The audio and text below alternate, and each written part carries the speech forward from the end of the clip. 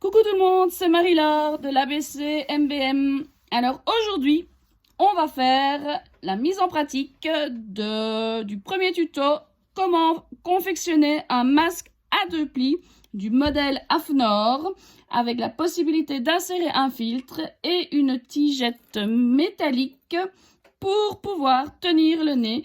Pour ce modèle-ci, je vais prendre non pas des rubans, de style trapilo mais des élastiques parce qu'on m'a demandé un masque avec élastique, donc je profite, je joins l'utile à l'agréable. Ainsi donc, j'ai pris, comme c'est pour un adulte, un rectangle de 40 cm de long sur 20 cm de large. Je vous rappelle la règle, toujours une longueur de 2 fois la largeur. 40 sur 20 pour un enfant de 7 à 12 ans, 36 sur 18. Pour les moins de 7 ans, 5 à 7, 30 sur 15. Et une longueur d'élastique de 20 cm pour le trapilo, les rubans, 35 à 40 cm. Voilà. Donc, première étape, le repassage. Ensuite, je plie mon rectangle en deux. Et je le repasse pour bien marquer le pli et obtenir mon carré de 20 sur 20. Une fois que c'est fait, je marque le bord. En général, moi, je marque les deux en même temps. Comme ça, je suis sûre qu'ils sont parallèles, surtout à la même hauteur. Ce qui est quand même pas toujours évident. Je remarque le premier. Voilà. Je le remarque plus fort dans ce sens-ci. Et une fois que c'est fait dans ce sens-ci, qu'il est bien marqué, je le retourne en 2 temps. 3 mouvements. Et voilà. J'ai mes 2 plis parallèles à la même hauteur. Nous les coudrons plus tard, une fois que tous les plis seront faits. Je vais devoir faire mon marquage. Vous voyez que c'est fatalement un peu plus petit que 20 cm. Donc, je vais commencer mon marquage par le bas. Ainsi donc, 2 cm et demi. Hop. 2 cm et demi, 2 cm et demi, 5, 2,5, 2,5. Pareil de l'autre côté, bien évidemment. 2,5, 2,5, 2,5, 5, 2,5, 2,5. Et puis je plie. B1 sur B2 ou A1 sur A2, hein, peu importe comment on les appelle. C'est juste la manière dont ils se replient l'un sur l'autre. C'est toujours celui du centre qui revient vers l'extrémité. Je repasse.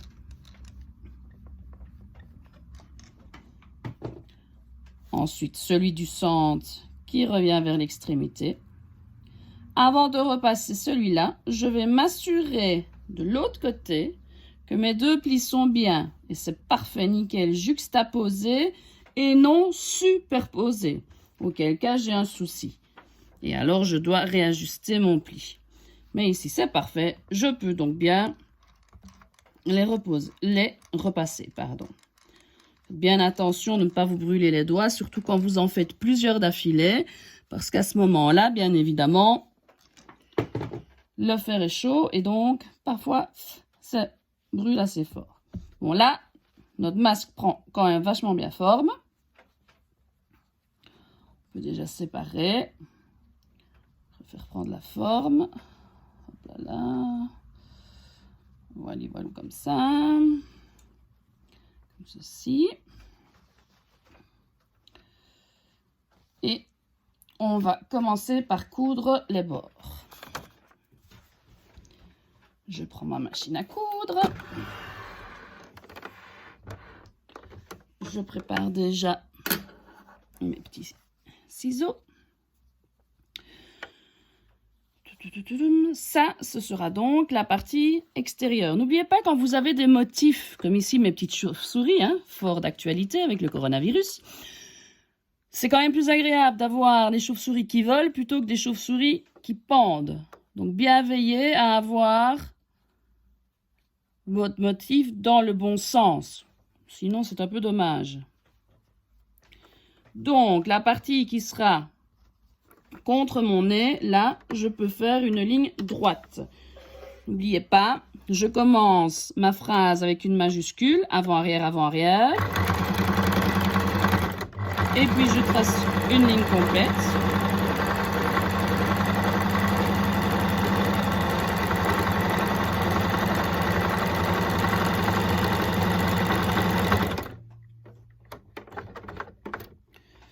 Voilà.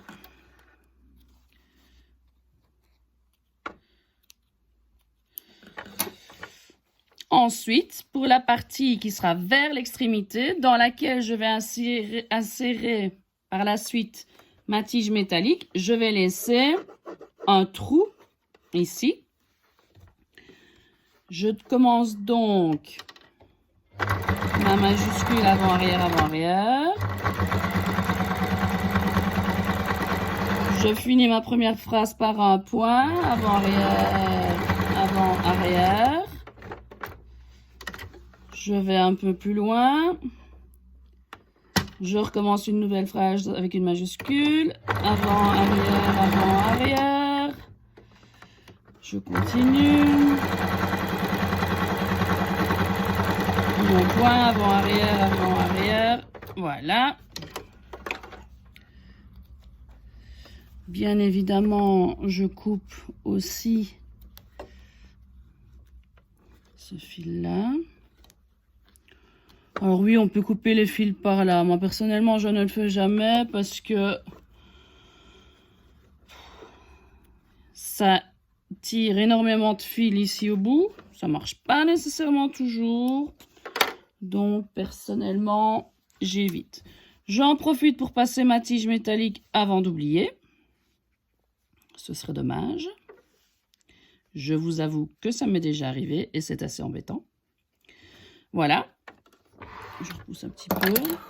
D'habitude, je fais ça en haut, j'ai plus de place. Donc, je refais maintenant mon masque afin de placer mes élastiques.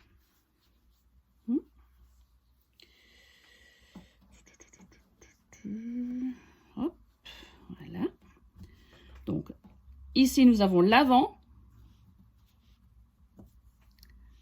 avec le pli vers l'extérieur. Ici, nous avons l'arrière avec le pli à l'intérieur. Je prends mes élastiques, mes petites pinces à cheveux.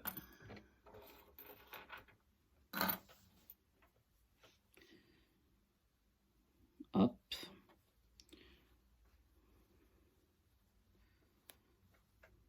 Première pince à cheveux. Comme je vous l'ai dit, hein, si vous commencez, que vous n'avez pas l'habitude de coudre, soit vous épinglez, soit vous, quand même, solidifiez votre couture avant cette étape-ci pour ne pas avoir le type de désagrément que je viens d'avoir à l'instant, à savoir que votre élastique se taille. Marie-Laure. En plus, je fais des bêtises parce que c'est à l'intérieur qu'il doit être. C'est pour ça qu'il se taille. Hein. Il doit être comme ça. Grande sotte. Voilà.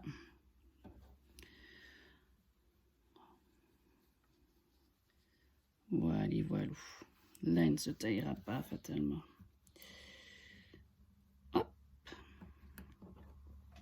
Il revient ici. Je mets une autre pince à l'extrémité. Et de la même manière, une ici. Je fais pareil de l'autre côté.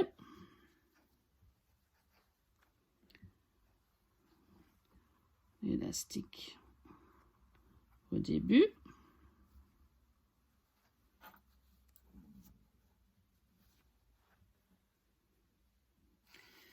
qui revient à la fin ici.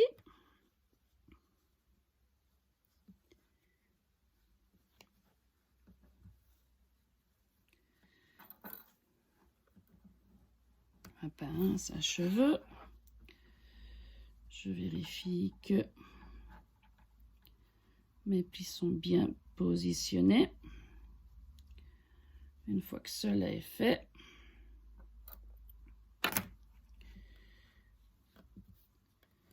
je me rends compte ici que les plis ont bougé. Donc je les remets correctement. Ça arrive non pas à cause de l'élastique, mais donc voilà. Et donc je vais pouvoir passer à ma couture. Alors, étant donné que j'ai un élastique et que je ne l'ai pas encore du tout passé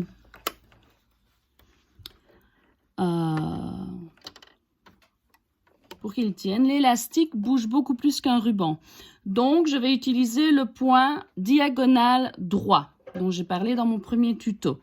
Et je vais faire plusieurs allers-retours en allant vers l'extérieur afin de vraiment solidifier la position de l'élastique à cet endroit-ci.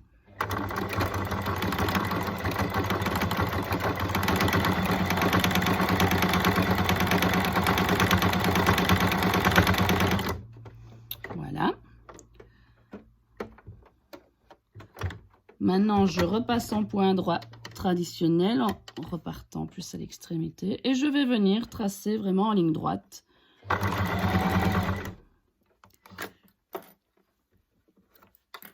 Jusqu'au bout de mon axe.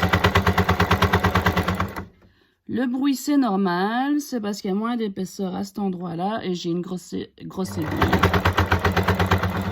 Arrivé au bout, pareil pour mon élastique, je repasse en point diagonal droit et je solidifie, je m'assure de sa stabilité. Voilà, une fois que c'est fait, je repasse en point droit et je vais retourner, faire plusieurs allers-retours. Certaines personnes se contentent d'une couture. Moi, personnellement, je trouve que c'est un peu limite et ma conscience fait que j'aime bien faire des choses solides. Donc, moi, je ne me satisfais pas de ça, quoi. Mais bon, ça, c'est à vous de voir.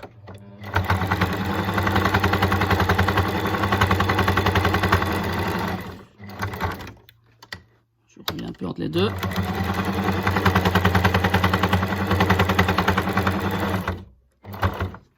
Encore une toute derrière, en arrière. Et pour vraiment solidifier le tout, je fais faire 2-3 allers-retours en diagonale droit.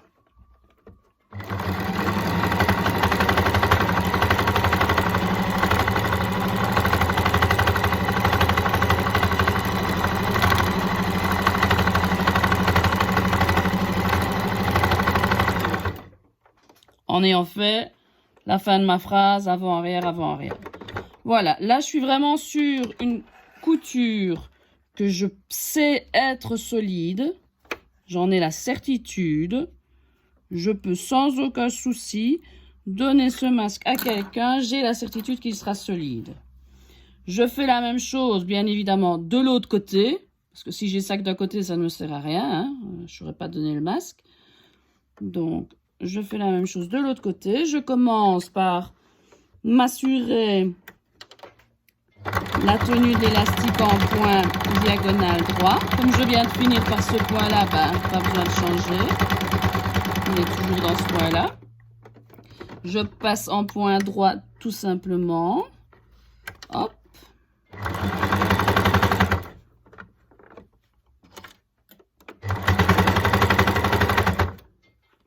Je vérifie que mon élastique est toujours bien là. Oui, c'est parfait. Je repasse en diagonale droit avant-arrière.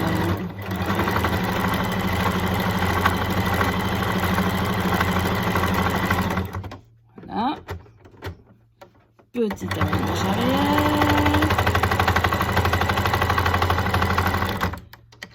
Petit décalage, marche avant. marche arrière.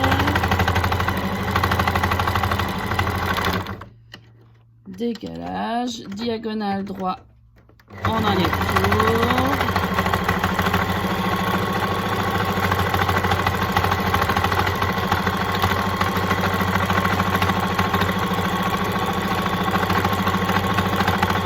Le point de ma phrase, et voilà. Alors, ceci étant fait, pour ceux qui ont regardé mon tuto numéro 1, vous saurez que par souci de finition, mais vraiment uniquement pour ne pas que ça filoche, c'est vraiment de la finition ça, hein. Je fais ceci, je coupe avec mes ciseaux cranteurs. Si vous n'avez pas de ciseaux cranteurs, ça ne sert à rien. Avec des ciseaux traditionnels, ça continuera à s'effilocher, donc autant ne plus y toucher. Ce n'est que les ciseaux cranteurs qui font ceci. Une fois que c'est fait, je retourne mon masque. J'ai aussi cranté un petit peu les 4 coins. Attention de ne pas couper tout l'élastique. De manière à avoir vraiment 4 beaux coins ici. Dans le tuto numéro 1, le masque se terminait ici. Vous voyez que vous avez un beau masque. Ben, vous avez l'avant ici avec votre motif qui est bien fait. Le trou ici pour ressortir votre tige métallique. L'insert pour votre filtre. Et alors, ce dont je n'ai pas pensé à vous parler, j'avoue, dans votre tuto numéro 1, mais qu'on va faire ici, mais qui n'est pas nécessaire, de nouveau, c'est de l'esthétique. Je vais simplement refermer un petit peu ici et là. Alors, quand on ferme ce côté-ci, on s'assure que la tige métallique est bien de l'autre côté. On va faire ça sur 2 cm. Simplement au point droit.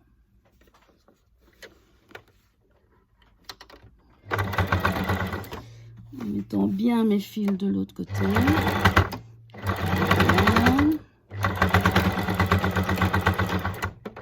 Hop. Avec, comme toujours, hein, mon point, ma majuscule et mon point. En début et en fin de phrase.